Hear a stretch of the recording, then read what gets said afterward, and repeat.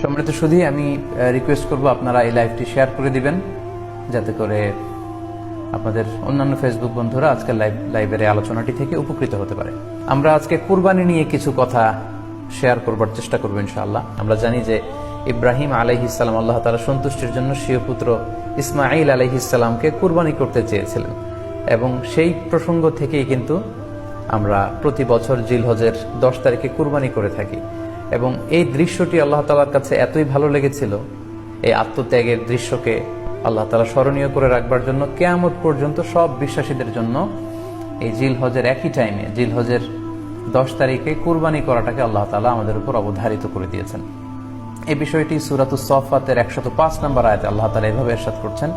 ফালাম্মা বালাগা মাআহু সা'য়া ক্বালা ইয়া বুনাইয়া ইন্নী আরা ফিল মানামি আন্নী আযবাহুক ফানজুর মাযা তারা। অর্থাৎ ইসমাঈল আলাইহিস সালাম যখন একটু বড় হলেন, বাবার সাথে হাঁটতে পারেন,